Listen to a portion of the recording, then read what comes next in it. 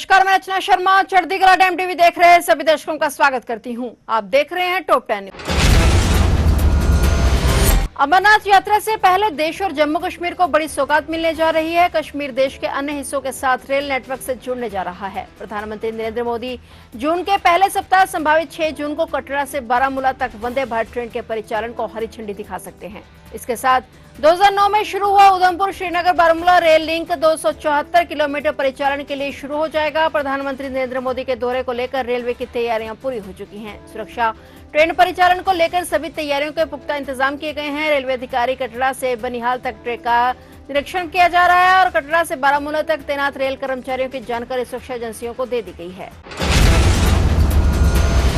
पंजाब के तरनतारन जिले के रहने वाले एक व्यक्ति को जासूसी के आरोप में गिरफ्तार किया गया है। आरोपी ऑपरेशन सिंदूर के दौरान सेना की गतिविधियों से संबंधित संवेदनशील जानकारी पाकिस्तानी खुफिया एजेंसियों के साथ साझा कर रहा था। पुलिस ने एक मोबाइल फोन भी बरामद किया है जिसमें ऐसी जानकारी थी जिसे उसने पाकिस्तानी खुफिया एजेंसियों के साथ साझा किया था। पंजाब पुलिस के डीजीपी गौरव यादव ने बताया कि काउंटर इंटेलिजेंस पंजाब से मिली सूचना के आधार पर तरनतारन पुलिस ने एक संयुक्त अभियान में गगनदीप सिंह उर्फ गगन को गिरफ्तार किया है। गिरफ्तार आरोपी पाकिस्तान ISI और गोपाल सिंह चावला के संपर्क में था और ऑपरेशन सिंदूर के दौरान सेना की गतिविधियों से संबंधित संवेदनशील जानकारी साझा कर रहा था।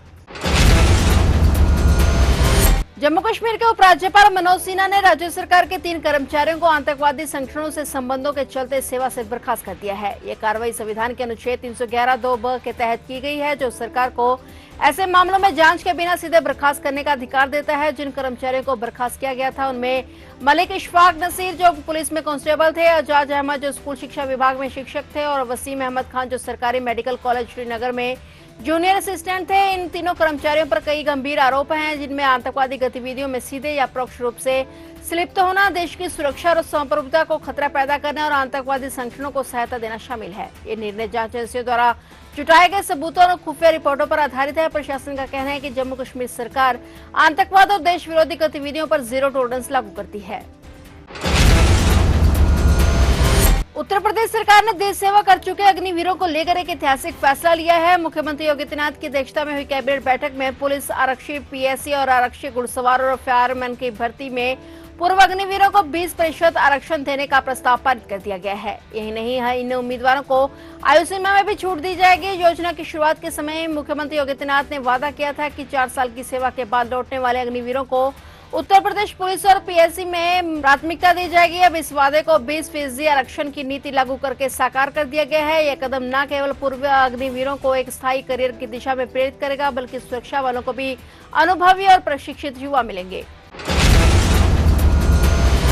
जांच एजेंसियों को ज्योति के पाकिस्तान और काशी के बीच एक अजीबोगरीब रिश्ता दिखा है जिसे सुलझाने के लिए NIA उसे अब काशी लेकर जाएगी। NIA ने इस मामले में 8 राज्यों में 15 जगहों पर बड़ी तलाशी भी ली है। एक ट्रैवल ब्लॉगर होने के नाते वह देश के किसी भी हिस्से में जा सकती थी लेकिन काशी पर उसका लगातार ध्यान संदेह पैदा करता है। रिपोर्ट के मुताबिक ज्योति मल्होत्रा ने 2022 के बाद से 4 बार पाकिस्तान की यात्रा की लेकिन चौंकाने वाली बात यह है कि हर बार पाकिस्तान जाने से पहले या बाद में वह काशी जरूर गई। इन यात्राओं के वीडियो उसने अपने YouTube चैनल पर भी पोस्ट किए हैं। पुलिस ने उसके डिजिटल डिवाइस और खातों से 12 टेराबाइट से अधिक डिजिटल फोरेंसिक डाटा बरामद किया है जिसमें पाकिस्तानी कनेक्शन के सबूत शामिल हैं।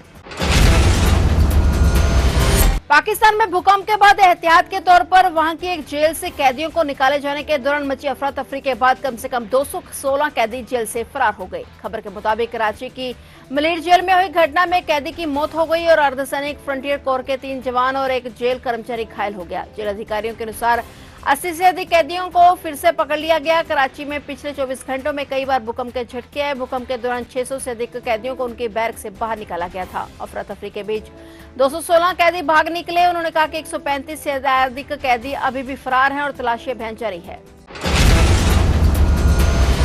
कांग्रेस नेता राहुल गांधी आज मध्य प्रदेश के दौरे पर पहुंचे। राजा भोज एयरपोर्ट पर कांग्रेस नेताओं ने उनका गर्मजोशी के साथ स्वागत किया जिसके बाद वे सीधे कांग्रेस कार्यालय पहुंचे जहां उन्होंने पूर्व प्रधानमंत्री और अपनी दादी इंदिरा गांधी को पुष्पांजलि अर्पित की। लेकिन इस दौरान उन्होंने एक बड़ी गलती कर दी। उन्होंने अपनी दादी इंदिरा को जूते पहनकर फूल अर्पित किए और उनका अपमान कर दिया। इस मामले को लेकर मध्य प्रदेश के मुख्यमंत्री ने तंज कसा है। उन्होंने कहा कि यह हमारे संस्कार नहीं है। दरअसल कांग्रेस कार्यालय के बाहर पुष्पांजलि के लिए इंदिरा गांधी जी की तस्वीर लगा रखी थी। राहुल गांधी और उनके साथी नेताओं ने तस्वीर पर फूल चढ़ाए, लेकिन इन्होंने जूते नहीं उतारे। उनके साथ मौजूद विधानसभा नेता प्रतिपक्ष उमंग सिंगार ने भी जूते पहनकर पुष्प अर्पित किए। हालांकि बाकी नेताओं ने जूते उतारकर पुष्प अर्पित किए। इस मामले को लेकर मध्य प्रदेश के मुख्यमंत्री ने तंज कसा है। उन्होंने कहा कि जिसे अपने पूर्वजों के प्रति कोई श्रद्धा नहीं है, वह भारत की संस्कृति की जानकारी नहीं है, ऐसे व्यक्ति को कांग्रेस देश का प्रधानमंत्री बनाने का सपना देख रही है।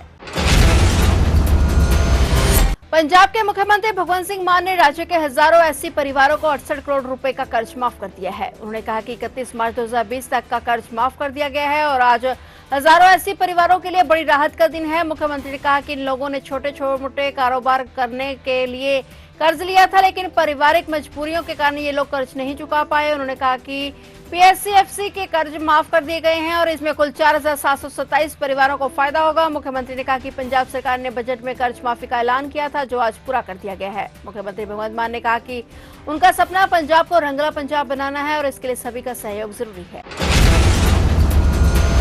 दिल्ली में आज मंगलवार को दो अलग अलग जगह पर हुई मुठभेड़ में दो बदमाशों को गिरफ्तार किया गया है। दिल्ली पुलिस की टीम ने इन दोनों को पकड़ा है। दोनों गोलीबारी के दौरान घायल हो गए, जिसके बाद दोनों को इलाज के लिए अस्पताल में भर्ती कराया गया। पहली मुठभेड़ जैतपुर इलाके में हुई, जहां पुलिस ने 27 मई को दिल्ली पुलिस के हेड कांस्टेबल करण मावी पर हमला करने वाले आरोपी आसिफ को गिरफ्तार किया। और वहीं दूसरी मुठभेड़ आज सुबह करीब 4:30 पर कालंदी कुंज इलाके में हुई, जहां 30 मई को लड़की के अपहरण और हत्या का आरोपी राजपाल पुलिस मुठभेड़ में घायल हो गया। स्पेशल स्टाफ के एसआई शुभम की बुलेट प्रूफ जैकेट पर भी गोलियां लगी हैं। दिल्ली पुलिस ने यह जानकारी साझा की है।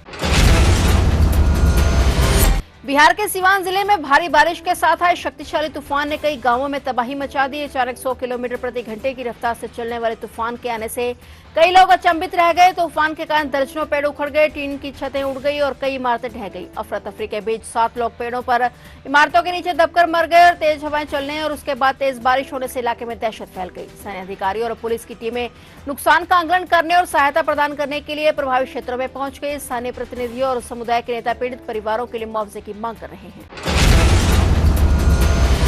फिलहाल टॉप 10 न्यूज में इतना ही। और नए समाचारों के साथ फिर से हाजिर होंगे, तब तक के लिए देखते रहिए चढ़ती कला टाइम टीवी।